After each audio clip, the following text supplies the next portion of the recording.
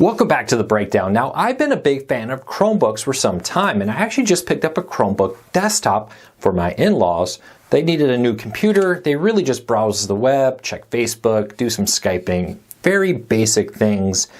And rather than getting a Windows computer and have to deal with maybe viruses and malware and all kinds of stuff, decided to go with the Chromebook for them. And even though the laptops, there are some cheaper laptops with similar specs or a little lower specs, but cheaper overall, I went with the desktop because they're used to the desktop interface, the screen, the keyboard, the mouse. So I wanted to keep them in that. Well, there are Chromebooks that are desktops that I really do like. Now, I've been a big fan of Chromebooks for some time. For example, my daughter is homeschooled this year, and we got her a Chromebook so that she could access all of her video, all of her apps, and more that she needed. And it's been working great. It's done everything she needs for video, schoolwork, and more, all with a computer that was only about $200 for a laptop.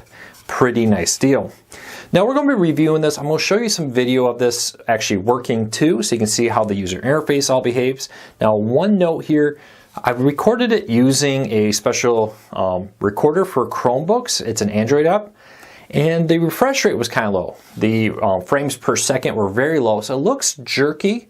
In reality, it's not nearly as jerky. It's very smooth, very happy with it. So please remember that the recording on it, kind of the frame rate was kind of low. I don't know if that happened when I converted it into MP4 to use in this video, or if it happened when I was actually recording it, not sure. But actually using a Chromebook is a lot smoother, a lot better. But we're going to be breaking this down, talking about the actual hardware here, talking about Chromebooks as a desktop overall, and a whole lot more. If you're new here though, do me a big favor. Hit that subscribe button, hit that thumbs up. It really does help us because it lets YouTube know you enjoy what we do here. Hopefully we can help you make a purchasing decision about a Chromebook. This is the Acer version of a desktop, laptop, or more. Now, if you want to learn more about this particular model, check out the show notes down below. I will put a link there so you can find out everything you want to know about them, any specs, pricing, and more. Always remember, pricing changes dramatically when these things happen. So I always kind of am cautious about listing prices because I hate to say, yeah, it's this price, then you check and there's a sale or there was a price hike and more. So keep that in mind. Now, a few other things with specs on this, let's kind of quickly take a look at. Now, this is a Intel Celeron processor. This is the 3867U processor. It is a pretty decent processor for Chromebooks, especially if you're not doing anything crazy. 1.8 gigahertz processor. Now they do make, real quick, they do make like i3s, i5s, and more. There's much more powerful Chromebooks out there. But for just web browsing, this is a very good one. Now, the device itself is pretty nice. I will show off some of the other features here real soon with it.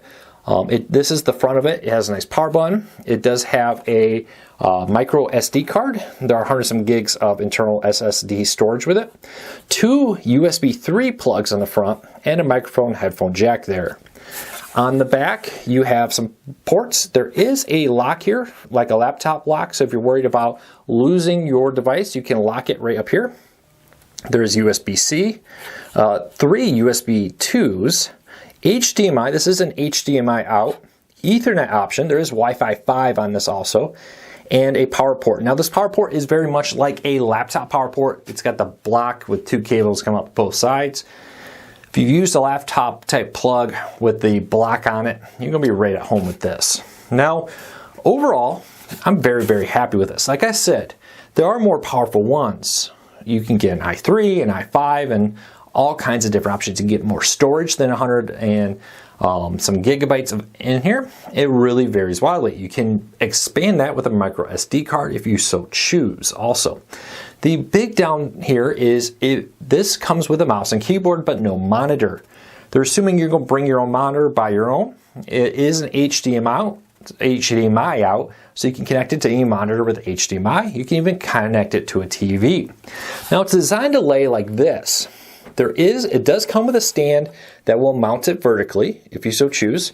Just place this on the stand and you're good to go. Tiny little screw to screw it into the stand to make sure it's really well. There is also this bracket for mounting on the back of TVs, displays, and more. So if you're going to use this, for example, to be an information center on a TV, you can mount this right in the back of it, which is really nice. Now, let's dive into the video here. Now, this is a Chromebook. It's the most modern OS version of Chromebook. It does receive updates, and it comes with the Android App Store. Now, not all Android apps are compatible, but all the big ones seem to be.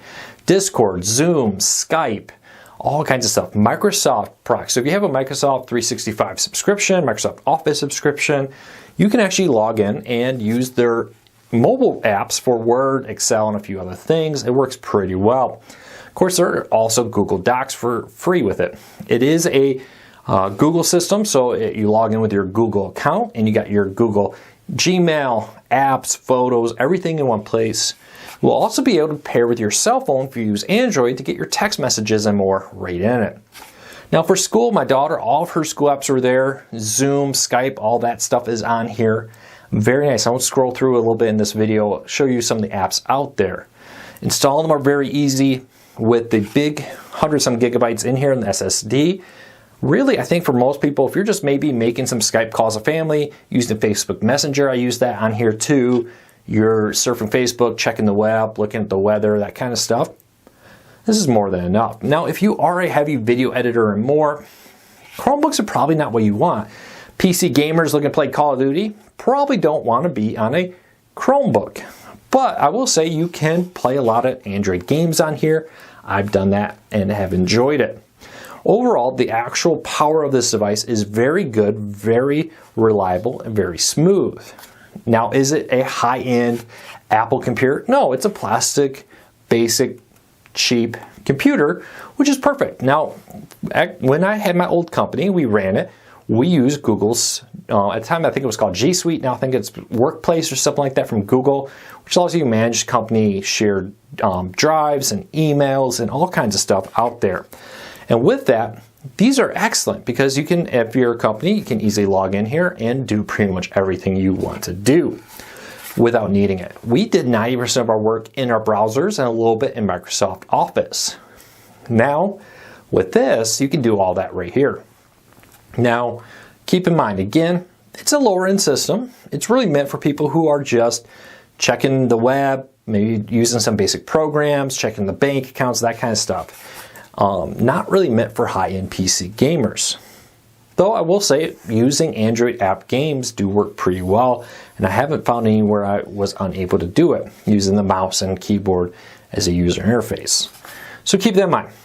Now, if you have a monitor out there that doesn't take HDMI, you can buy an adapter. There are a lot of USB to HDMI, though I haven't tested it out. Does that work with Chromebooks? Leave me a comment, let me know.